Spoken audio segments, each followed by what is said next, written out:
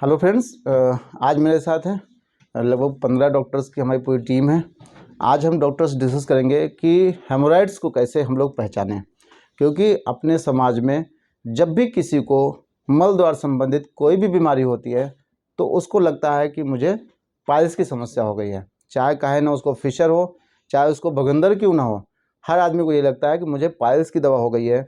जाने अनजाने में, चाहे वो मेडिकल स्टोर से या किसी डॉक्टर को बिना दिखाए, कई बार वो सालों तक दवा खाता रहता है और फिर ठीक नहीं होता है तो ब्लेम लगाता है कि हमारी दवा मतलब इस बीमारी में काम नहीं करती है।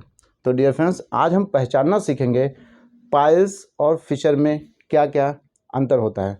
डॉक्टर साहब, फिशर का भी ले लीजिएगा पिक्चर। तो सबसे पहले हम लोग देखेंगे पाइल्स क्या होता है, कैसे दिखते हैं, फिर हम आपको पूरा डिटेल में बताते हैं। जैसे कि हमने जानते हैं कि पाइल्स दो प्रकार की होती है। एक होता है एक्सटर्नल हेमोराइड, एक होता है इंटरनल हेमोराइड। एक्सटर्नल हेमोराइड्स को हम लोग बोलते हैं शुष्क अर्श बोलते हैं, और इंटरनल हेमोराइड्स को आर्द्र बोलते हैं।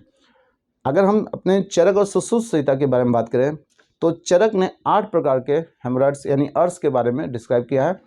7 प्रकार के जो बताया उन्होंने दोषानुसार वात पित्त कफ द्वंद्वज और सन्निपातज, और 8वां जो बताया है सहेज। यानी हमारे संहिता में जो बताया गया है चरक संहिता में वो जेनेटिक्स का भी एक बताया गया है पाइल्स का कारण या टाइप्स।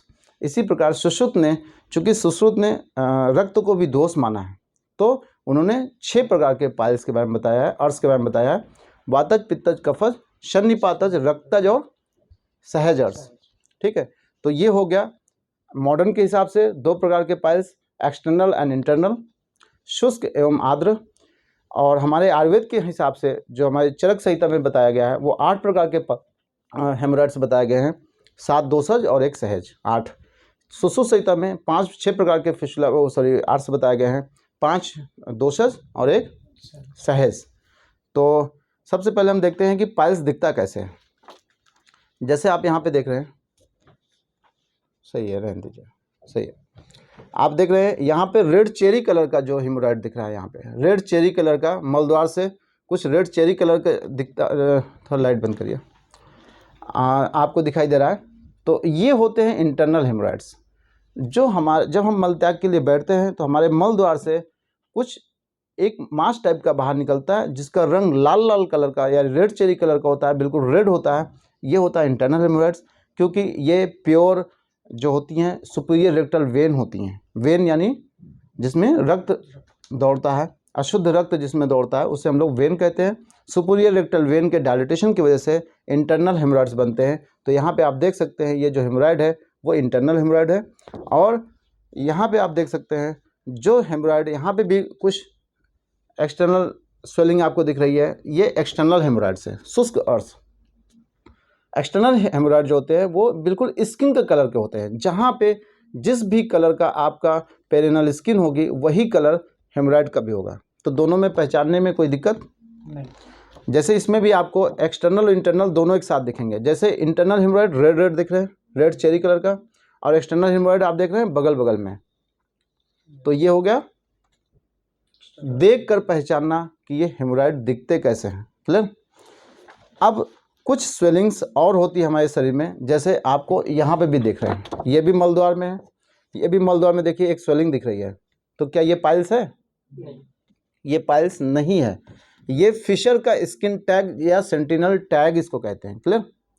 तो हम इस पिक्चर्स को देखकर, जैसे एक पिक्चर हमारे पास ये भी है, यहाँ पे आप 4 बीमारी देख सकते हैं। एक तो internal haemorrhoids red cherry colour का, एक्सटर्नल हेमोराइड ब्राउन कलर का, एक यहाँ पे और एक आउटग्रोथ दिख रही है। ये फिशर का जो ऊपर का स्किन टैग होता है जिसे हम हाइपरट्रोफाइड पैपिला कहते हैं, ये वो दिख रहा है।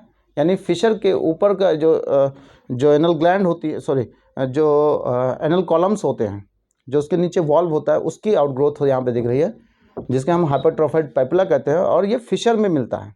ठीक है, तो एक पर्सन है, यहाँ पे 3 चीज़ें आपको दिख रही हैं, external hypertrophied papilla, internal haemorrhoid और एक्सटर्नल हेमोराइड, तीनों चीज़ें आपको दिख रही हैं। तो आप पहचान सकते हैं ना। फिशर कैसे दिखाई देगा? एक कट होगा, वहाँ पे एक स्किन होगी जो कि स्वेल नहीं होती है, वो चपटी होती है, चिपटी हुई होती है। देखिए यहाँ पे स्वेलिंग नहीं है, यहाँ पे चपटा कलर मतलब आपका देख रहे हैं बहुत ज़्यादा स्वेलिंग नहीं है, तो ये क्या होगा स्किन टैग।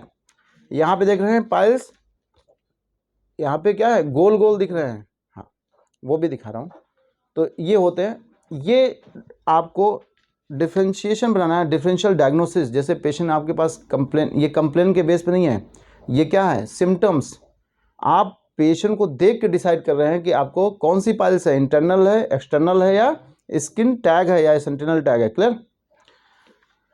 तो आपने देखा पाइल्स, ठीक है। अब हम आपको थोड़ा सा अंदर ले चलते हैं, थोड़ा इस मॉडल से मैं आपको बताता हूँ। ये मॉडल आपको देखने को मिलेगा, लाइट थोड़ा बंद करिए। ये हमारी एनल कैनाल है। एनल कैनाल ये एनोरेक्टल रिंग होती है, जो कि एनाटॉमी मैंने पहले ही बहुत बता चुका हूँ। मैं एनाटॉमी बहुत ज़्यादा डिस्कस नहीं करने जा रहा हूँ, लेकिन जो यहाँ की एनाटॉमी वो समझिए। एनोरेक्टल रिंग, एनोरेक्टल रिंग से लगभग 1.5 सेंटीमीटर नीचे anal gland, anal columns, anal valves, इसे हम कॉलम्स ऑफ मॉर्गेगिनी भी बोलते हैं, यानी इसको डेंटेट लाइन भी कहते हैं हम। इसके नीचे लगभग 1.5 सेंटीमीटर नीचे कौन सी लाइन मिलेगी? हेल्टल लाइन। हेल्टल लाइन के नीचे एनल वर्स। डेंटेट लाइन के ऊपर जो सुपीरियर रेक्टल वेन होती हैं वो स्वेल कर जाती हैं, तो उसकी वजह से क्या बनता है? Internal haemorrhoid.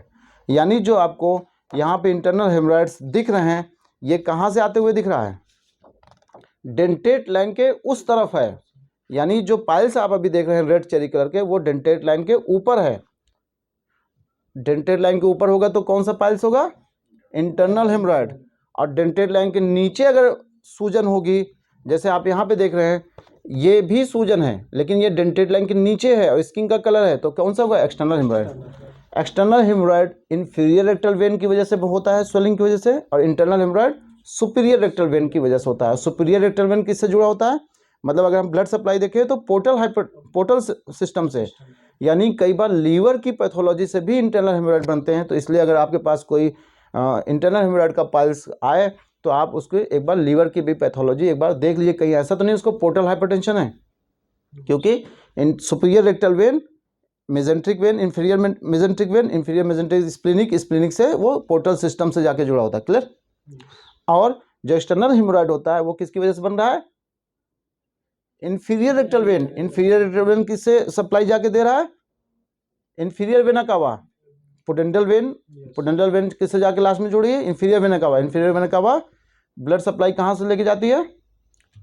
वो अपना पूरे नीचे, पूरे शरीर का नीचे का जो ब्लड सप्लाई होता है वापस कहाँ ले जा रही है? Right auricle. क्लियर ना? Right auricle, right ventricle, right ventricle lungs में। क्लियर? यानी हम पाइल्स को भी देखकर एक बार किसी और बीमारी की भी डायग्नोसिस बना सकते हैं। तो अब इंटरनल हेमोराइड हमने देख लिया। इंटरनल हेमोराइड कहाँ बन रहा है? डेंटेट लाइन के ऊपर। तो इंटरनल हेमोराइड जो होते हैं वो 4 प्रकार के होते हैं on the basis of grade. जैसे मान लेते हैं, जैसे हम पिक्चर में देखते हैं, इससे आपको क्लियर हो जाएगा। ये पिक्चर आप देख रहे हैं, इंटरनल हेमोराइड देख रहे हैं। इंटरनल हेमोराइड किस कलर के हैं? रेड चेरी कलर के। Grade 1, grade 2, grade 3, grade 4, grade 4 तक होता है। इंटरनल हेमोराइड अगर डेंटेट लाइन के नीचे नहीं आ रहा है, वहीं पे पड़ा हुआ है, तो ग्रेड 1 का होगा। पेशेंट इसमें केवल एक कंप्लेन करेगा कि हमको ब्लीडिंग होती है, वो भी विदाउट पेनलेस, मतलब सॉरी पेनलेस होती है, इसमें दर्द नहीं होता है और बहुत हैवी मात्रा में ब्लीडिंग होती है। क्लियर?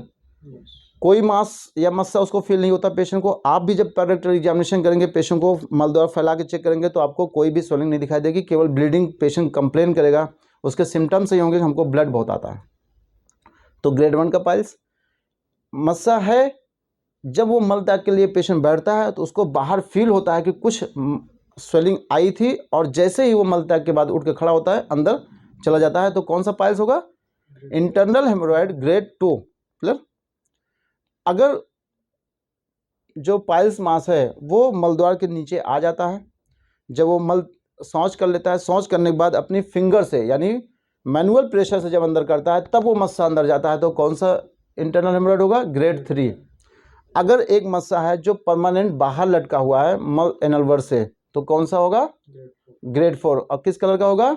रेड चेरी कलर का, जैसा आप इस पिक्चर में देख रहे हैं। ये ग्रेड 4 के इंटरनल हेमोराइड्स आपको दिख रहे हैं। जो कि परमानेंट ऐसे ही बाहर एनलवर्स से दिखाई दे रहे हैं, तो ये इंटरनल हेमोराइड होते हैं। और इंटरनल हेमोराइड जो होते हैं, अगर हम थोड़ा सा एक्सियल सेक्शन देखें, मान लेते हैं ये एनल कैनाल हो गई, ठीक है, थोड़ा सा बड़ा बनाते हैं, एनल कैनाल हो गई, एनल कैनाल के म्यूकोसा मेम्ब्रेन 3, 7 और 11, ये क्या है 3 o'clock, 7 o'clock, 11 o'clock। जो 3, 7, 11 o'clock की पोजीशन होती है हमारी एनल कैनाल में, वहाँ पे सुपीरियर जो रेक्टल वेन होती हैं वो ज़्यादा वाइड होती हैं, उसकी ब्रांच थोड़ा सा ज़्यादा वाइड होती है। तो जो पाइल्स मास 3, 7, 11 पे बनते हैं उसे हम कौन सा पाइल्स मास बोलते हैं, प्राइमरी हेमोराइड्स। क्लियर, क्लियर ना। तो अगर हमें इंटरनल हेमोराइड मिल रहा है और किस पोजीशन मिल रहा है, 3 o'clock पे, 7 o'clock पे या 11 o'clock पे, तो कौन सा पाइल मास हुआ, प्राइमरी हेमोराइड्स। और मान लेते हैं कि उसको और भी पाइल्स हैं, छोटे छोटे पाइल्स हैं, यहाँ पे है, यहाँ पे है, 1 o'clock पे है, 5 o'clock पे है, तो सेकेंडरी हेमोराइड्स, क्योंकि सुपीरियर रेक्टल वेन की और भी छोटी छोटी ब्रांचेज होती हैं, ठीक ना। तो कैसे पहचानेंगे, एक तो हमने पिक्चर देख के पहचान लिया कि इनको इंटरनल हेमोराइड है, किस पोजीशन पे है, 3 पे है, 7 पे है, 11 पे है, क्लियर, किस ग्रेड का है पेशेंट से पूछ के या हम अपनी आंखों से देखकर। अगर ग्रेड 2 का है तो पेशेंट खुद बताएगा कि बाहर आता है फिर अंदर चला जाता है, अपने आप कुछ नहीं करना पड़ता। ग्रेड 2 बाहर आया उंगली से अंदर करना पड़ता है। ग्रेड 3 बाहर आया आपको आंखों से दिख रहा है, सामने सामने कुछ नहीं करना पड़ रहा है। तो ग्रेड 4 इंटरनल हेमोराइड में केवल एक कंप्लेन ज़्यादातर होती है, ब्लीडिंग, वो भी हैवी ब्लीडिंग, ठीक है। और एक बीमारी और होती है, उसमें भी ब्लीडिंग होती है लेकिन कम मात्रा में। कौन सी बीमारी, फिशर। लेकिन वहाँ पे जो ब्लीडिंग होगी कम मात्रा में होगी, पेनफुल होगी और हो सकता है इचिंग के साथ हो, क्लियर। तो हम इससे कंफर्म करते हैं कि आपको कौन सी पाइल मास है। तो आपको एक पिक्चर स्क्रीन पे दिख रहा होगा, यहाँ पे हम लोग छारसूत्र आपने लोगों ने देखा है लाइव, कैसे छारसूत्र हम लोग लाइगेट करते हैं। स्क्रीन पे आप देख सकते हैं कि ग्रेड 4 का पाइल मास था, ग्रेड 3, 7, 11 पे भी था, और एक आपको पाइल मास दिख रहा है जो कि सेकेंडरी हेमोराइड से। 3 जो मेजर पाइल मास थे उसमें तीनों में छारसूत्र देखिए लाइगेट किया गया है, और जस्ट आफ्टर 5 days देखिए वो पूरा जो श्रिंक हो गया पाइल मास। जो सेकेंडरी पाइल मास था वो भी अपने आप श्रिंक हो गया, उसमें कोई छारसूत्र लाइगेट नहीं किया गया। और लास्ट में आप देख रहे हैं कि जो जस्ट 15 days आफ्टर आप देखिए पूरा का पूरा पाइल मास वहाँ से जा चुका है और पेशेंट पूर्ण रूप से ठीक हो चुका है। तो हेमोराइड्स में जो ट्रीटमेंट है छारसूत्र का वो काफ़ी अच्छा ट्रीटमेंट होता है। फ़ायदा इसमें होता है कि केवल जो स्वेल पार्ट होते हैं हेमोराइड्स के वही इसमें लाइगेट किए जाते हैं, तो इसमें स्फिंक्टर्स को कोई नुकसान नहीं पहुंचता है। जो एक समस्या आती है कि मलद्वार छोटा हो गया, यानी स्पाज्म में चला गया स्फिंक्टर, ड्यू टू स्पाज्म की वजह से, फाइब्रोसिस की वजह से मलद्वार का जो नर्वस है वो छोटा हो गया, पेशेंट कंप्लेन करता है, वो छारसूत्र में ऐसा नहीं देखा जाता है। तो छारसूत्र एक सेफ थेरेपी है पाइल मास के ट्रीटमेंट के लिए। Thank you. नेक्स्ट वीडियो में हम लोग डिस्कस करेंगे पाइल्स और फिशर के पेशेंट को कैसे हम डिफरेंशियल डायग्नोसिस बनाते हैं और कैसे हम पहचानेंगे कि ये जो पेशेंट हमारे पास आया वो फिशर का है या पाइल्स का है।